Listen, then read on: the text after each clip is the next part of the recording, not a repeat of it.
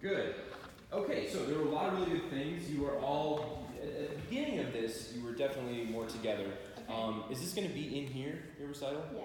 Okay, so just like we were talking about yesterday, the thing that is still kind of needing to be adjusted is too long. the length of the notes, because, I mean, I was just right here in front of you, and I heard like the physical like attack of your tongue, but when you have a mute in the horn, and when you're pointing out, everything is just going to get like swallowed up by this room because it's so, what is the word, like wet? Yeah. It's just so echoey. Should I face this way or should I face that way? Maybe we should switch. Let's try and switch, so then that way you're not immediately like attacking the ears, and you don't want to be overly aggressive with that. So I think everything needs to be just shorter than is probably typically comfortable for both of you. Yeah. Okay. Because it's going to sound better out in the audience, even though it doesn't, it may not sound like you're giving it enough up here. Like, ta, da, da, da, da, da. Like, I know that sounds really short, but you heard the echo way out there, like a millisecond afterwards. Can we try just the beginning again? I think balance is okay. You might be able to pull out a little bit more. It just has to be like short and more aggressive on your part, and then just shorter on your part, because you're going to sound overheard no matter what you do.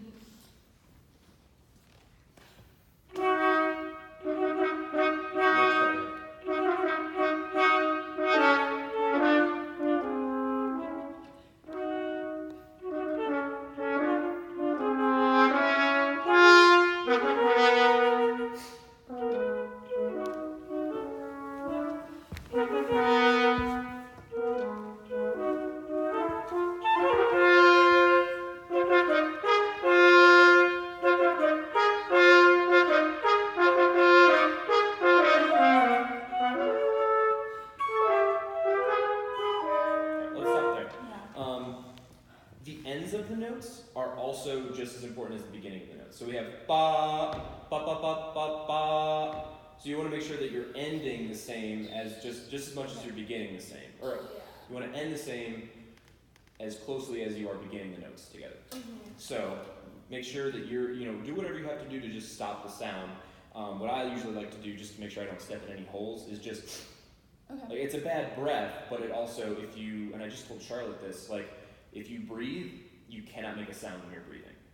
So that helps you not, are you going to win that song? So the Vulcan, like making sure no one, like bump, bump, bump, ba-da, da-da-da-da, like I can't make a mistake if I'm breathing in. Right. So the same kind of thing with that, you want to make sure you're cutting off by breathing in or doing whatever you have to do to just kind of say, nope. So.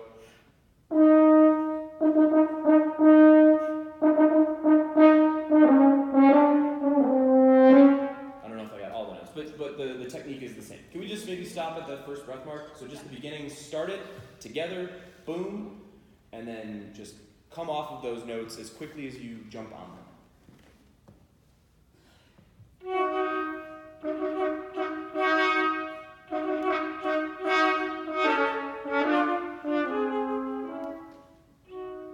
Good. I think it could be just a little bit less, because you're going wah. You're like kind of flying off the ramp instead of just like breaking. Okay. All right. So it's not. It's just.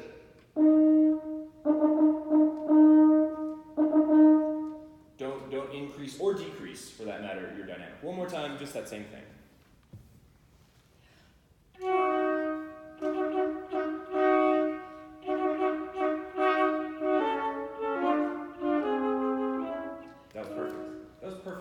exactly how it needs to be. You don't want to give away the intent. I mean, you know, this goes from like a 1 to like a 3 on the intensity scale. It's not like, you know, some big grand wind ensemble piece. So it doesn't, don't give it away just yet. All right, and it even ends. So it's not going anywhere. It's a multi-movement piece. So don't give it all away in the beginning. Let's try one more run, and then we can move on to the next one.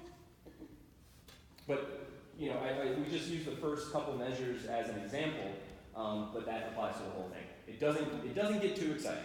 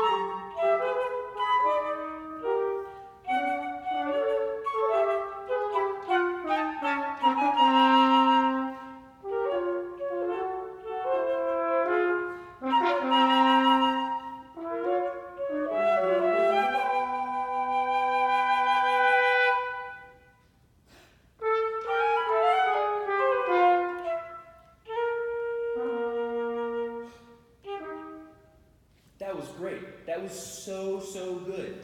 Like everything about that was just loads better. I told you not to take it too exciting. There are 3 little spots where you can make just that much of a louder adjustment, and that's the ba ba ba. But just those 3 notes. Whenever you have the ba ba ba, that can be louder, but then immediately drop back down to and then like there, and there. Those are the 3 spots where you can just a little bit of a punch. Not a huge one, just like an extra 10%. Okay? Let's go to gramophone. This one's just So we figured out that it's easier to actually play it closer to tempo than slower. Oh, it absolutely is, yeah. It's fun, and it's meant to symbolize like a record skipping and not everything kind of landing, so it can be a little bit off kilter. There's I think his name is Benjamin Zander.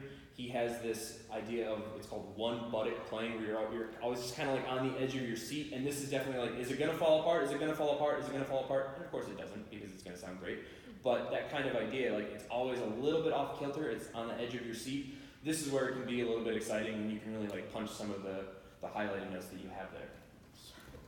All right, go for it.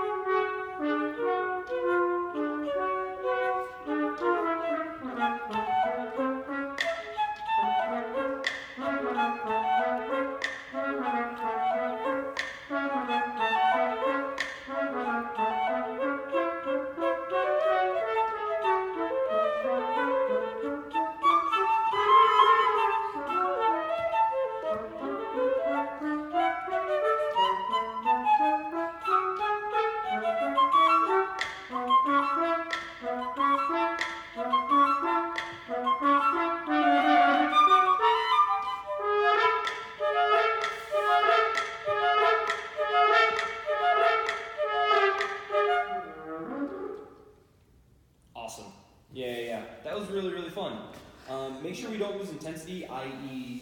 tempo. It slowed down a little bit. However, you could make the argument that maybe the record player is running out of batteries or the power's going out or something's not right. I thought that was great.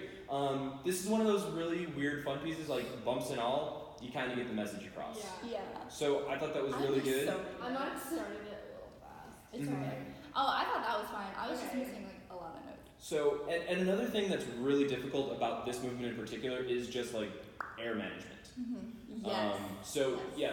And speaking personally, like I remember having to like drop just like an eighth note or two, just.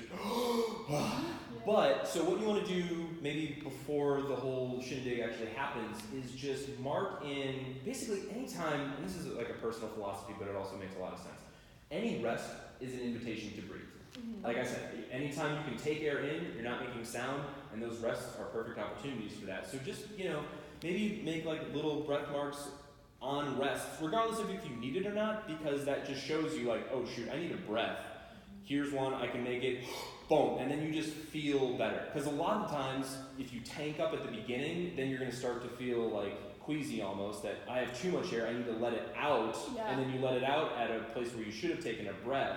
So it's less about like tanking up at the beginning, just finding how much, thinking about like, if I start here, I can take a breath here, what do I really need? There's this whole like thing with, I think it's Philip Farkas and Barry Tuckwell, where Farkas is like, tank up, take a big, huge, beautiful breath every single time. And then Barry Tuckwell was like, only take as much air as you need. So they kind of can both be used interchangeably, but when you have stuff like this where it's very like, just pokey and fun, it's not always one answer prevails over the other. So you might have to utilize both of those things. Like I can tank up here, I can release, and then I can take a little breath to get me here. Breath management is really the key here. I don't have much else to say, except I think in this one you can punch a couple of those sforzando notes a little bit. Dr. Back said we're going to talk about that. Yeah. She got on me about that. Cool. When I played this for her. Staccato. Anytime you have like a peak note, bum, bum, bum, bum, bum, bum, bum. Even if it's like a black note, that's what I call them, where it's just like you played something, not sure if it was right or not. That's kind of the point. It's a pop. Yeah. It's a pop in the record. Okay? Oh, I didn't know that. I didn't think of that. That's really cool. Yeah. Wow. That's it. A concept. All right. Sounds great.